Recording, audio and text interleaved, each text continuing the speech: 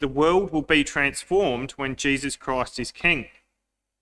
This is we're basing tonight on Psalm 72. And this is an exciting and a very positive topic we're going to be looking at, and I hope you gain as much from thinking through this as I have preparing it.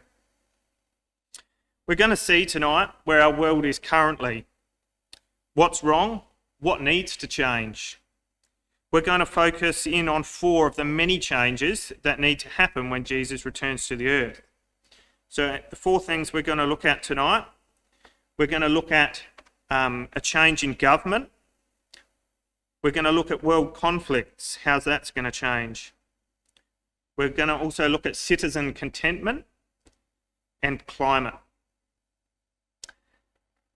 So after we have a look at these, we're going to then compare these with what the Bible describes the earth will be like when Jesus returns and is King. So this evening we will be looking to the Bible for our answers. And when we do consult the Bible for answers to our questions, there is no one chapter to find them. So we will be looking through the Bible as a whole, and this is something we need to do to find answers that are true and correct. So the quotes we look at this evening, they will be on the screen, and they are also from the New King James Version. So if you would like, you can follow there. So the first question to ask from our title, though, is why does the earth need transformation? What is wrong with it currently that is so in need of change? The Bible teaches us in Genesis, the first book of the Bible, that God created the world and everything in it. So if God went to all that effort to create us and a world, surely he had a purpose with it. We find the purpose of God's creation in Numbers chapter 14 and verse 21, which says, "But truly as I live, all the earth shall be filled with the glory of Yahweh." It's also in Habakkuk 2 and verse 14, which says, "The earth will be filled with the knowledge of the glory of Yahweh as the waters cover the sea." So God makes a promise in Numbers 14, and he bases this promise on his very existence, that the world will be filled with his glory. There is no turning back from this. It will happen. So when will it be that the earth will be filled with the knowledge and glory of God? If we look at Matthew chapter 6 and verse 10 in the Lord's Prayer, Jesus prays to God saying, "Your kingdom come, your will be done on earth as it is in heaven." So Jesus here prays for God's kingdom to come back to the earth, because then people will do God's will on the earth, and that ultimately achieves God's purpose.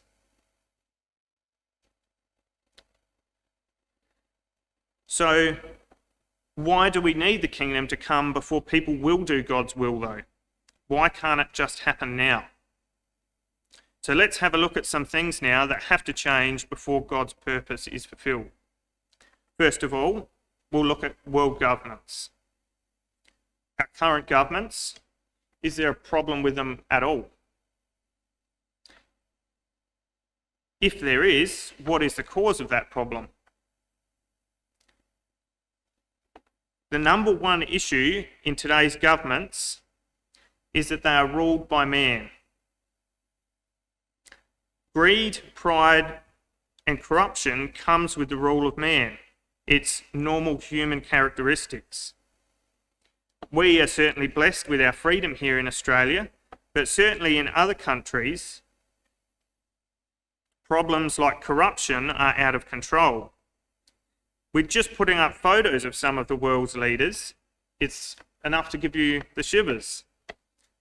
Putin, Kim Jong-un, Xi Jinping, and the Taliban. They're certainly not people that you would choose to have a cup of tea with. In countries like these ones, people live in fear. They have no rights, no justice, and you just do as you're told, or you face unjust consequences. We're very lucky in Australia. There is actually a website that is called the World Corruption List, and it scores all the countries in the world. Australia is rated 18th out of 180 countries, so quite up towards the top. Australia scores 73 out of 100, whereas there are the bottom countries, which are Somalia, Syria, and Sudan, South Sudan, and they score as little as 13 out of 100. Not good numbers. What other problems are there? So there's huge gaps in our wealth distribution in the world. The top 10% of wealthy people in the world take over 52% of the global income. With the lower 50% of everyone, they only take 8% of the global income. And the one that staggers me is the bottom 50% of the globe only possess 2% of the entire global wealth. There is no way out for these people. While some of the poor in these countries starve, the leaders of the countries certainly don't go without. So that's world governments. What about world peace? With over 27 active wars, that's national, civil or other, that are currently ongoing throughout the world, you can hardly say our world is at peace. With a global military spend of over $2.1 trillion annually, how can we expect peace? I just want to show you some quick numbers from the ongoing Russian invasion of Ukraine. Looking only at the war in the Ukraine, the ongoing casualties were estimated to be over 60,000 dead, up to 300,000 injured as of April the 12th of this year. These numbers are horrific, and unsurprisingly, a staggering 18% of the Ukrainian population have fled the country. This has left 8 million refugees to be processed in European countries. That is like 1 in 3 Australians packing up and going to Europe to be cared for. Is this sounding like the earth being filled with the glory of God? Certainly not to me. What about something potentially that affects us a little more, a bit closer to home? Ask yourself the question, how happy are you? Citizen happiness is something that is becoming more questionable globally, but even in Australia, statistics have surprised me. With the mental health of Australians on a downhill slide, the numbers truly aren't great. The Australian Bureau of Statistics reports a rise in the number of people seeking assistance for mental health conditions. They state that 1 in 5 Australians have seen health professionals over their mental health, whilst that number is even higher in young people. Stress was a contributing factor in the rise of mental health issues, and unsurprisingly, in adults 18 to 25 years old, the leading cause of stress was finance, followed by health and family-related stress. With the average Australian household is reported paying $15,000 more per year in 2023 due to interest rate rises and inflation. It's no surprise that people are worried. Other things to consider are things such as health and life expectancy, which in some countries around the world is still as low as 54 years old. The number of those in the world affected by food shortages is at 828 million, and it's rapidly rising. People are also worried about the threat of war. Studies show that 90% of Australians are concerned with Russia's actions of invading the Ukraine, and 80% of Australians are concerned to very concerned about ties between China and Russia and a real prospect of being brought into a war against those nations combined. So the world looks grim from a political point of view. At least things are getting brighter on a climate front. Wrong. Quickly looking at world resources first. Studies show we have a limit on our fossil fuels, and scarily this limit is measured in decades, not centuries. Oil is expected to last till 2052, and gas until 2060, and coal up till 2090. Not too far away. What does it mean though? Well, oil supplies 40% of the world's energy, gas 23%, and comparing that to renewables is only 25%. So the fast upcoming lack of these resources shows an impending energy shortage across the globe. So energy consumption rose by 2.3% in 2018, which is double the average growth rate from 2010. So instead of cutting back, fossil fuels are going up in use. So it's inevitable that we will run out of fossil fuels. What about actual climate variability?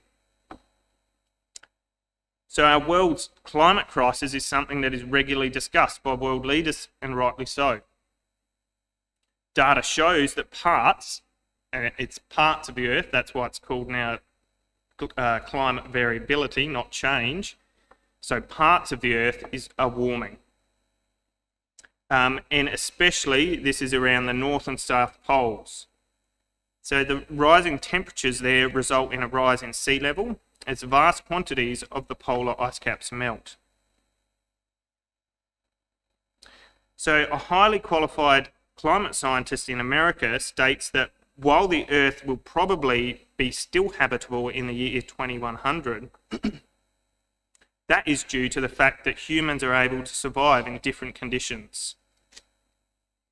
However, climate change will pose challenges to the human race, with rising sea levels leading to an exodus from flooding coastal areas and also from the places experiencing the inevitable severe heat and droughts.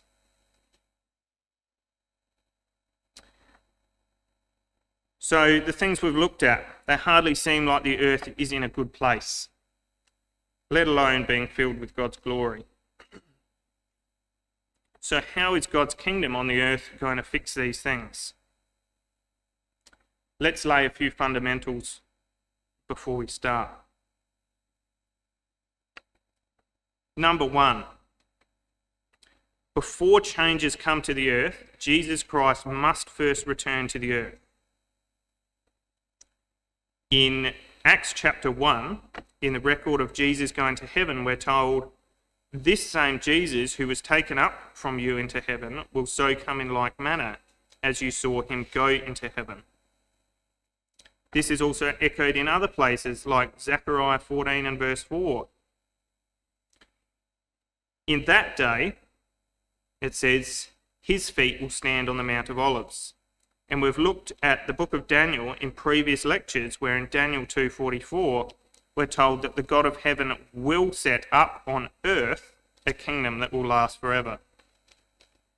So point number one, the kingdom of God must be on the earth, not in heaven. Number two, when Jesus returns, there will be a resurrection from the dead of the faithful and a judgment by Jesus. 2 Corinthians 5 and verse 10 talks about the judgment, says, for we must all appear before the judgment seat of Christ, that each may receive the things done in the body according to what he has done, whether good or bad.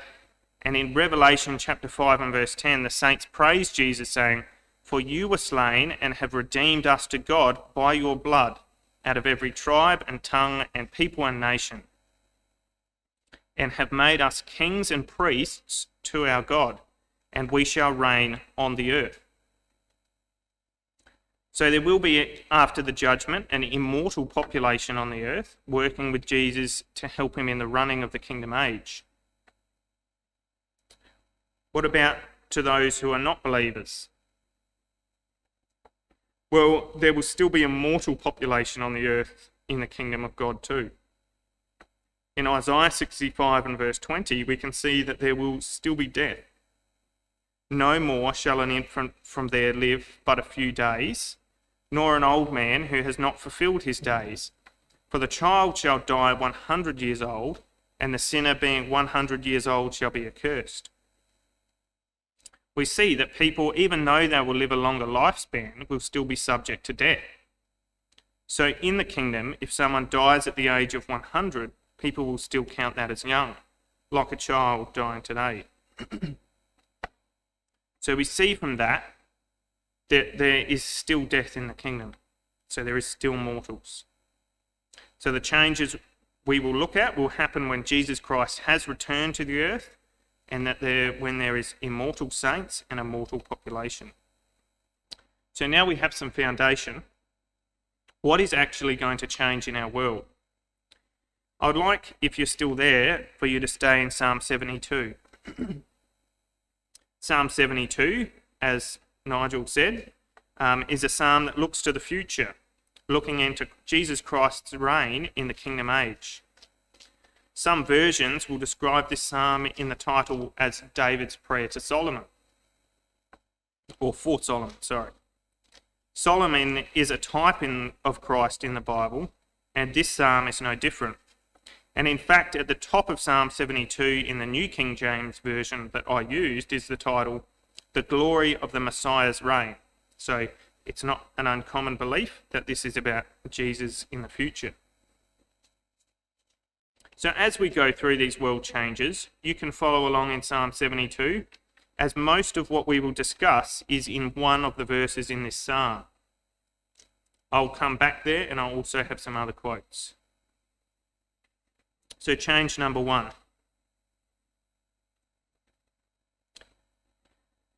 So we looked at what is wrong with the current world.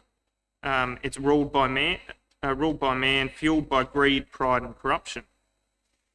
So the Bible tells us that when Christ returns to the earth to set up the kingdom, that he will be the king of the whole earth. Psalm 48, which also speaks about the kingdom age, says, "Beautiful in elevation, the joy of the whole earth is Mount Zion, on the sides of the north, the city of the great king." Where is Mount Zion? If you Google it, Mount Zion is a hill in Jerusalem. And who is that great king? That great king can only be Jesus Christ. So from Psalm 48, we see that Christ will rule from Jerusalem. His rule will be worldwide. We see that in Psalm 72, what we read tonight, and from verse 8 to verse 11. It says, "He shall have dominion also from sea to sea, and from the river to the ends of the earth. Those who dwell in wickedness will bow before him, and his enemies will lick the dust. The kings of Tarshish and all the isles will bring him presents. The kings of Sheba and Seba will offer gifts. Yes, all kings shall fall down before him. All nations shall serve him." So all the kings and all the nations serve Christ. Why would people want to serve Jesus as a king, though? What sort of king do you think he would be? Isaiah 11 and verse 3 and 4 says that his delight is in the fear of Yahweh, and he shall not judge by the sight of his eyes. He shall not decide by the hearing of his ears.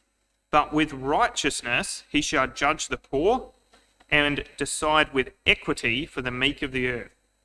He shall strike the earth with the rod of his mouth, and with the breath of his lips he shall slay the wicked. So Christ in his kingdom will be a righteous ruler. He will be fair. However, wickedness is not tolerated in the kingdom. This is backed up also in Psalm 72 in verse 12. "He will deliver the needy when he cries, the poor also, and him who has no helper." So the corrupt, greedy human governments are gone, and a righteous ruler replaces them, one that rules with equity and looks out for those that are less fortunate. So with Christ as the world leader, what does that mean for world peace then? Which is our second change for this evening. Do we think that Russia is still going to be invading Ukraine?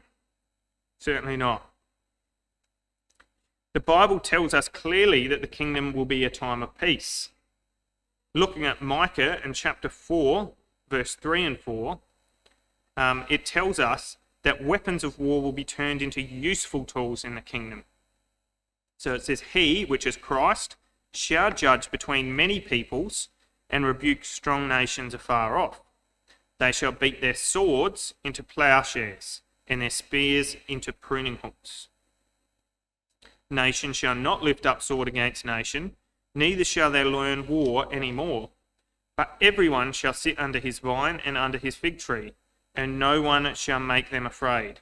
For the mouth of Yahweh of armies has spoken." So the nations will learn war no more. Peace will be through the whole earth. And once again, this is backed up in Psalm 72 and verse 7. It says there, "In his days," talking about Christ, "the righteous shall flourish, and an abundance of peace until the moon is no more."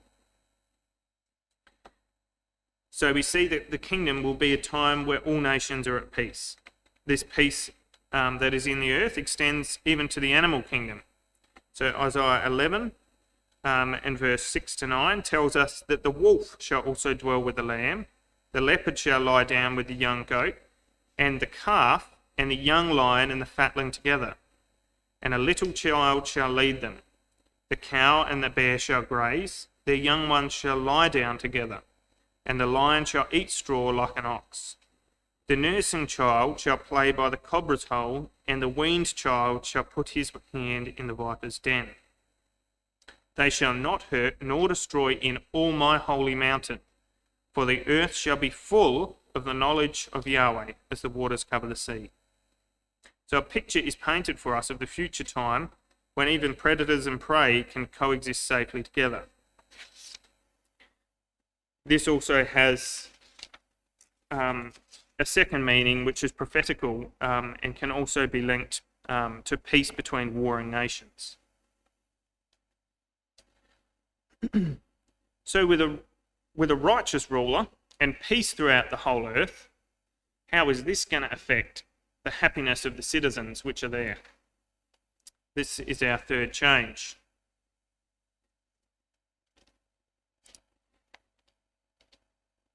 So with a righteous ruler in God's kingdom, we see in Isaiah chapter 2 and verse 3 that the people will want to learn of God's ways and learn of his laws. It says there, "Many people shall come and say, 'Come, let us go to the mountain of Yahweh, to the house of the God of Jacob. He will teach us his ways, and we shall walk in his paths. For out of Zion shall go forth the law, and the word of Yahweh from Jerusalem.'" So along with the fact that people want to learn of God, we see that people will live longer. We'll see that there is a level of safety in Jerusalem that is definitely not there currently. Zechariah in chapter 8, verse 4 and 5 says, "Old men and old women shall sit in the streets of Jerusalem, each one with his staff in his hand because of their great age. The streets of the city shall be full of boys and girls playing in its streets." And we also looked at that quote earlier from Isaiah 65, talking about people dying at 100 years old being counted as children. People are also happier in the kingdom. Sorrow is removed. Isaiah 65 verse 19 says, "I will rejoice in Jerusalem and joy in my people. The voice of weeping shall no longer be heard in her, nor the voice of crying." So a longer lifespan sounds great, but what about disease? No one wants to live for hundreds of years with incurable diseases. Well, the good news is that there is no incurable disease then. Isaiah chapter 35 and verse 5 and 6 says that the eyes of the blind shall be opened, the ears of the deaf shall be unstopped. Then shall the lame leap like a deer, and the tongue of the dumb shall sing. For waters shall burst forth in the wilderness and streams in the desert. So if people are living longer and are healthier, what are they going to do? What are they going to do in their longer lifespans? They're not going to be at mundane stress jobs anymore. So Isaiah chapter 65 and verse 21 to 22 says that they shall build houses and inhabit them. They shall plant vineyards and eat their fruit. They shall not build and another inhabit. They shall not plant and another eat. For as the days of a tree, so shall be the days of my people, and my elect shall long enjoy the work of their hands. So in the kingdom, the way things work will change dramatically. The jobs of the populations are going to be more agricultural again. People that grow their own food and farm their own land. Thinking in today's world though, if you're trying to grow enough food for yourself, that's quite hard. Basically impossible, you would say, depending on how much room you have. And that leads us to our fourth change. What needs to happen so that the earth can produce enough to support the population? Verses like Isaiah 35 verse 1 and verse 7 makes growing your own food much more feasible. Verse 1 says, "The wilderness and the wasteland shall be glad for them. The desert shall rejoice and blossom as the rose." And verse 7, "The parched ground shall become a pool, the thirsty land springs of water. In the habitation of jackals, where each lay, there shall be grass with reeds and rushes." So those effects of climate change, drought, land becoming more arid and infertile, they're no longer. Not only are normal places more fruitful, but even the wilderness and parched grounds have water literally pooling there with reeds and rushes. People growing their own food sounds far more realistic. The ground is also more fertile, meaning it will yield more crops to feed population. We see in Psalm 72 that we read in verse 16 that there will be an abundance of grain in the earth. On the top of the mountains, its fruit shall wave like Lebanon, and those of the city shall flourish like the grass of the earth. Also, Amos chapter 9 and verse 13 says, "Behold, the days come, saith Yahweh, that the ploughman shall overtake the reaper, and the treader of grapes him that soweth seed. And the mountains shall drop sweet wine." Zechariah 8 and verse 12 also says, "The seed shall be prosperous, the vine shall give her fruit, and the ground shall give her increase, and the heavens shall give their dew. I will cause the remnant of this people to possess all these things." So the ground is changed to produce better than in our current world. The curse of the ground in Eden has been removed. So it certainly solves world hunger problems. So what did we see?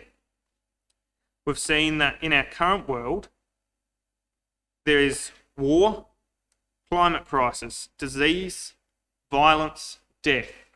There's world hunger. Sin is running riot. There's poverty, corrupt governments, injustice, financial instability. There's stress, crime, uncertainty, and there's sadness. We've also had a chance to look briefly into the future, when Christ returns and sets up his righteous reign. And in that time, there will be peace. We've seen that the earth will be restored to its former beauty. There's no incurable diseases. There's long life, food for everyone. Sin is controlled by Christ. Everyone has their portion of land. There's no one to take it from them. There's righteous government, there's correct justice, and there's certainty for the future. And there's certainly no reason for sadness. So that time will soon come when Christ will return, and these changes will be made. And finally, then God's purpose will be fulfilled when the earth is filled with his glory.